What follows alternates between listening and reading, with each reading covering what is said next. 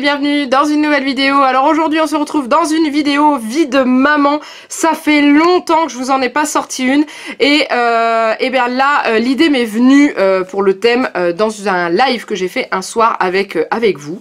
Et il y a l'une d'entre vous qui m'a dit ah ça serait bien que tu nous montres toutes les activités que tu fais avec Juliette. Et c'était une super méga bonne idée. Donc du coup je vais regrouper dans cette vidéo les activités que l'on fait ensemble. Alors il y a du manuel, il y a des jeux de société et d'autres jeux où elle a besoin de moi pour le faire. Donc du coup je me suis dit que c'était vraiment une super idée. Donc on y va. Alors je vous ai vraiment mis les choses que je fais avec elle. Tout ce qui va être jeu, jouer, ça c'est elle qui s'en occupe. Je joue avec elle de temps en temps, les Lego, la dinette, les choses comme ça. Mais c'est pas du... Enfin c'est des jeux libres, en fait j'appelle ça des jeux libres. Quand on travaille dans la petite enfance en général on appelle ça jeux libres. Là je parle vraiment des choses qui ont des règles, qui ont besoin d'être entourées et où elle a besoin de moi pour faire. Voilà, tout simplement.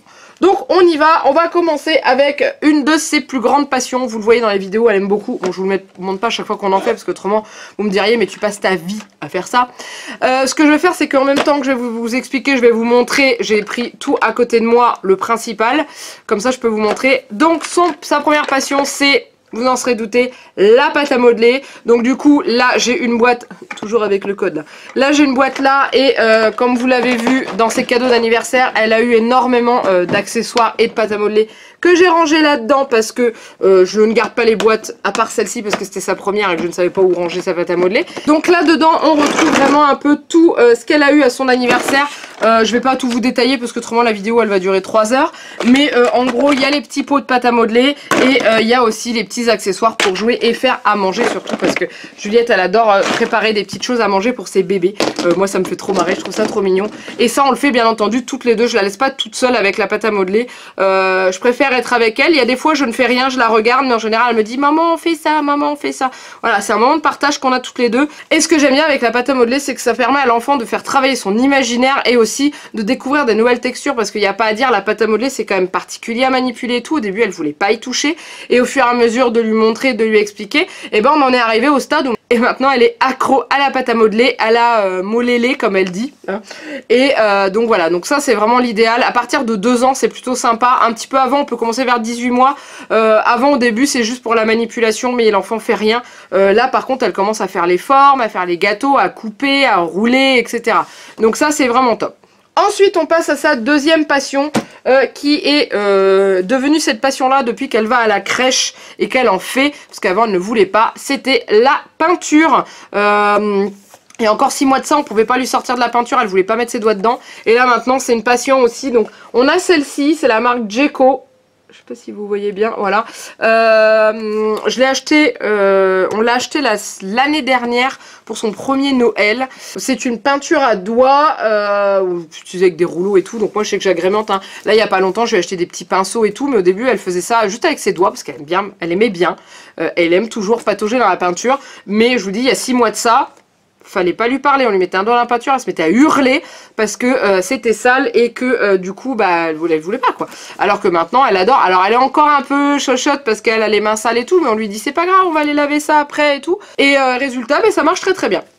Donc du coup, donc voilà, donc la peinture ça reste un inconditionnel et tout, on peut faire plein de choses avec, on peut faire sur des feuilles, on peut faire sur des petits supports en bois. Nous on avait fait un cadeau d'anniversaire pour une de ses mamies où j'avais mis du scotch pour écrire mamie et elle a tamponné avec une éponge et du coup quand on enlevait le scotch c'était marqué mamie, c'était beau comme tout. Enfin voilà, il y a plein de... il y a plein de choses, c'est ouvert la peinture et c'est pareil, c'est une nouvelle texture à découvrir, on apprend les couleurs et tout, donc ça c'est top aussi. Ensuite, une autre chose que Juliette aime beaucoup, c'est le dessin. Alors le dessin, le coloriage, enfin c'est plus du gribouillage, mais c'est le début de l'apprentissage du dessin et des couleurs. Donc du coup ça c'est génial. Donc nous ce qu'on a fait c'est que chez Action on a investi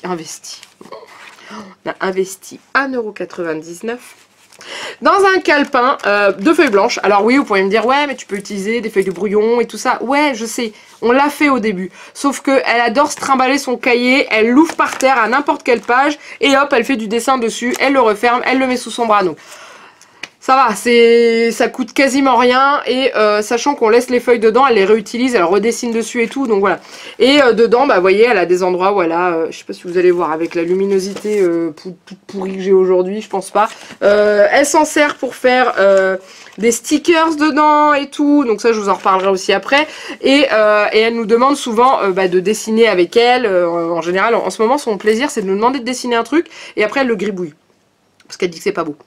Et avec ça, on a bien entendu la trousse. Donc ça c'est pareil, elle l'a eu à Noël dernier. C'est sa trousse Dory. Et dedans on retrouve des crayons de la marque, c'est Crayola je crois.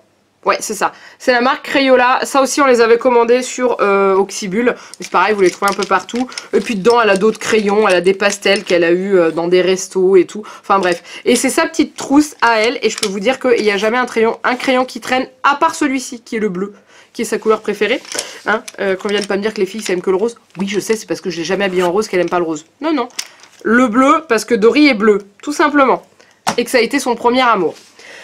Donc du coup on va passer aux stickers bien sûr. Alors j'ai fait une boîte Tinilou, bah oui je les ai recyclés, faut bien que je m'en serve. Et dedans j'y ai mis tout. Alors il n'y a pas que des stickers, il y a aussi d'autres choses. Mais j'y ai mis tous les stickers. Donc les stickers on en achète énormément, différentes variétés. Donc ça c'est des petits livres de coloriage stickers que Charlotte nous avait offert sur le swap. Après on a, qu'est-ce qu'on a? On a des stickers Sam le pompier, on a la Reine des Neiges, on a aussi ça. Les gommettes Petit Loup, on les a vus dans le livre, donc en fait c'est une boîte de gommettes et qui se ferme et qu'elle aime beaucoup. Après on a des stickers Dory, on a des gommettes comme ça qui sont bien entamées, on a encore des stickers Dory. Enfin bref, je peux vous dire qu'au niveau de la pelletée stickers, on a ce qu'il faut. Et aussi dedans, je range. Alors ça j'ai une petite boîte de tampons, on s'en est encore jamais servi parce que la dernière fois j'ai voulu lui faire essayer, elle est encore trop petite parce que ça se fait avec des encres. J'avais acheté ça à Ziman, mais ça on va s'en servir bientôt parce qu'elle commence à avoir l'âge pour. Dedans on retrouve ces pinceaux de peinture, vous voyez c'est des trucs en mousse que j'ai acheté il y a pas longtemps.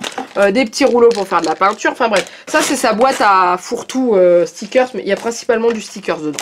Principalement. Et donc du coup quand elle veut faire des stickers c'est qu'elle me voit sortir la boîte. Elle est aux anges. Et on avait trouvé aussi ces livres-là à Auchan. On en avait acheté plein parce que c'était 1 € le livre. Et en fait, dedans, vous avez des planches de stickers avec un titre en haut de la page que vous retrouvez en fait dans le livre. Donc par exemple, là, je vous ai lu La course en traîneau. Donc en fait, on ouvre le livre et on cherche. Et par exemple, voilà, on retrouve la double page de La course en traîneau. Voilà, et après on colle. Donc moi je laisse Juliette coller où elle veut. Des fois elle me demande où ça va. Alors quand c'est un petit bonhomme qui fait du traîneau, je dis ça va sur la neige, etc. Et ça, c'est trop bien.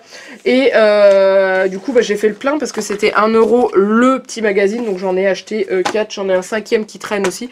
Donc voilà, les stickers c'est une grande passion pour Juliette aussi. Ensuite on va parler... Playmaïs, donc ça c'est tout récent. J'ai demandé à une amie qui m'avait demandé ce qu'elle pouvait offrir à Juliette pour son anniversaire. Je lui ai dit écoute, prends des Playmaïs, on va voir. Et carton plein. Carton plein. Alors pour l'instant, ça c'est les Playmaïs mosaïques. En fait, vous savez, vous collez vos petites boules dans les petits ronds sur les bonhommes et tout. Pour l'instant, elle s'en fout complètement. Mais alors par contre, je lui donne une feuille blanche, c'est l'éclate. Je vais vous montrer. Regardez. Elle en met partout. Donc vous voyez c'est ça, en fait l'avantage du Playmaïs c'est qu'en fait c'est des petites boules de maïs, comme son nom l'indique, juste ça, donc pas toxique, rien du tout, et vous mouillez et vous collez sur votre feuille, c'est tout. Et du coup vous pouvez faire sur la feuille, voilà vous collez, mais vous pouvez faire aussi des petites choses en relief comme ça. Donc nous on avait fait un petit arbre qu'on avait collé et tout, etc. etc. Et ça c'est topissime et c'est pareil, ça fait travailler son imaginaire. Et au niveau des couleurs c'est top. Donc je vais prendre le risque de l'ouvrir parce que celui-là c'est des Playmaïs, c'est des mini. En fait les petites boules de maïs, parce que le Playmaïs c'est grand comme ça à peu près. Voilà. Et là c'est des toutes petites boules, donc c'est top. Je vais vous montrer. Je vais essayer de ne pas en mettre partout parce qu'aujourd'hui je suis la reine des boulettes et j'en mets partout. Voilà, comme ça vous voyez un petit peu. Donc c'est vraiment des toutes petites boules comme ça. Et normalement il existe en plus grand, mais je trouve que c'est bien pour ces petites mains à manipuler, c'est vachement bien. Donc voilà, ça c'était vendu par lot 2 en fait. On a avec les animaux domestiques et on a avec les animaux de la ferme je crois aussi. Et ça c'est génial, ça c'est top. Le Playmaïs c'est un bonheur et... que ce soit pour Juliette ou pour moi. Donc j'ai hâte de pouvoir en essayer d'autres. Et vous voyez, là il y a la gamme, le Playmaïs basique avec les tailles normales. Et les Playmaïs, là c'est les Playmaïs mosaïques qui sont plus petits. Donc voilà, et ensuite, qu'est-ce qu'on a? Alors un jeu que j'ai acheté et que je voulais vous présenter, que je vous ai montré dans les vlogs et tout, c'est ceci. C'est le Colorino, donc ça on s'en sert, je le fais avec elle parce que en fait, pour ceux qui connaissent pas, c'est une plaque comme ça, transparente, voilà, où dedans vous glissez une plaque avec un dessin, voilà, vous la mettez dedans, et ensuite l'enfant après il va aller coller les petits ronds de couleurs sur la couleur correspondante. Et bah je peux vous dire que ça nous a énormément aidé pour apprendre les couleurs avec Juliette parce que je lui ai acheté ça en fait parce qu'elle en avait strictement rien à secouer les couleurs et je me suis dit on va essayer de lui trouver un truc ludique qui va lui faire apprécier le nom et qui va lui donner envie d'apprendre les couleurs. Et bah ça a marché, maintenant elle connaît toutes ces couleurs par cœur, donc rouge, jaune, bleu, vert, noir, blanc, violet même, donc du coup voilà, donc c'est ça, c'est Colorino, c'est Ravensburger qui fait ça. Après vous en avez sous toutes les marques, mais ça c'est un jeu qui est vraiment ludique et éducatif, qui est vraiment super sympa. L'enfant apprend en s'amusant avec ça, donc voilà. Et ensuite on va terminer avec les jeux de société, parce que oui, à 2 ans on peut commencer à jouer aux jeux de société, et il y a une marque qui fait des jeux pour les petits à partir de 2 ans, et c'est la marque ABBA, donc je pense qu'il y en a pas mal d'entre vous qui devaient connaître. Donc ça c'est le petit verger, enfin premier verger qu'elle a eu à son anniversaire. Donc voilà, par une de ses mamies. On l'avait demandé hein, parce que je voulais vraiment faire. On y a joué une fois dans un vlog, où vous l'avez vu dans un vlog. On y a rejoué aussi à côté où j'ai pas forcément filmé et tout. Et elle aime beaucoup. Et en fait, ce genre de jeu, c'est pour apprendre à l'enfant à jouer en groupe et à jouer chacun son tour, parce que ça c'est pareil, c'est compliqué aussi à apprendre. Donc quand on l'ouvre, ça se présente comme ça à l'intérieur, et le but bah, c'est juste de récolter tous les fruits qui sont dans les arbres qui sont là, voilà, et il y a un petit dé, donc voilà, il faut jouer chacun son tour et tout ça, et c'est vraiment super sympa à faire, et ça reste un jeu qu'on peut jouer à 1, parce que l'avantage de ces jeux-là, c'est qu'ils sont faits aussi pour être manipulés par l'enfant tout seul, hein, parce que c'est gros, les pièces sont grosses, il n'y a pas de danger d'ingestion et tout ça, et du coup, moi au début, je l'ai donné à Juliette, et je l'ai laissé faire ce qu'elle voulait avec, découvrir, me donner le nom des fruits, etc. Et après, on y a joué toutes les deux. Et il y a des fois, je lui dis, est-ce qu'on joue toutes les deux ou est-ce que tu joues toute seule? Et elle me dit toute seule ou avec maman. Et on change suivant comment elle veut y jouer. Donc, et celui-ci, il est vraiment top. Si vous avez un enfant de 2 ans et que vous savez pas quoi prendre à Noël, vous pouvez taper dans ça, c'est vraiment génial. Par contre, il faut vouloir jouer avec son enfant, il faut avoir le temps. Mais ça, pour les dimanches après-midi pluvieux, c'est très bien. Après la sieste. Et ensuite elle a eu celui-ci je le connaissais pas du tout, c'est une amie qui nous l'a offert pour son anniversaire aussi. Donc là le but c'est de donner à manger au nounours. Donc là je vais pas vous l'ouvrir, je vais vous montrer comment c'est derrière.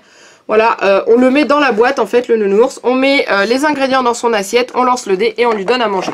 Donc ça pour l'instant on n'y a pas encore joué réellement. Parce que je lui ai sorti qu'une seule fois, j'ai pas eu le temps de lui ressortir avant. Et comment elle s'est approprier le jeu, donc elle a joué toute seule. Dedans il y a une espèce de grosse cuillère en carton mais bien solide et l'assiette qui va avec, et du coup elle mettait les choses dedans et elle donnait à manger dans la bouche du petit ourson qui est grande ouverte.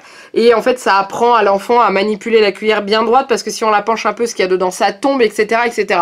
Et il est vraiment sympa, mais j'ai pas encore lu les règles du jeu de celui-là, je dois l'avouer, j'ai pas eu le temps, mais il est pas mal non plus, et pareil, il est à partir de 2 ans, comme le premier verger, hein, vous avez 2 ans aussi là, donc voilà. Après, c'est à partir de 3 ans chez ABBA, il me semble qu'il n'y a pas d'autres jeux dans cet âge-là, mais pour faire 1 an déjà, 2 jeux de société, c'est déjà pas mal.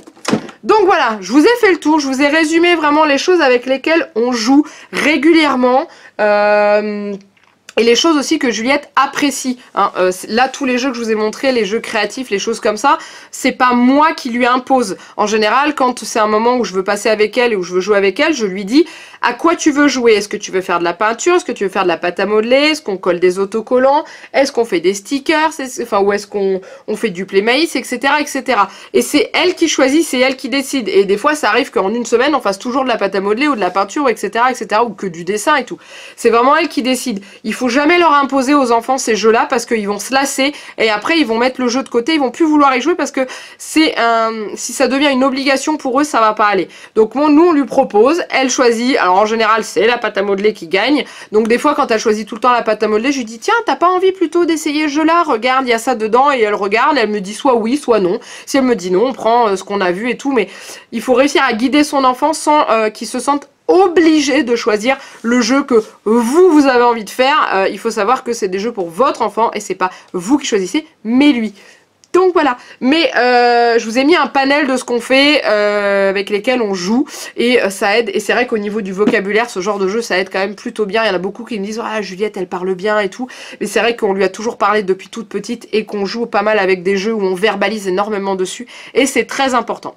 Donc voilà, donc en tout cas j'espère que cette vidéo vous a plu, n'hésitez pas à me dire en dessous de la vidéo si vous connaissiez ce que vous avez vous en activité manuelle ou créative ou jeux de société pour vos enfants, s'il y a des choses que vous ne connaissiez pas, si vous êtes comme moi, que vous avez une boîte entière remplie de stickers, etc.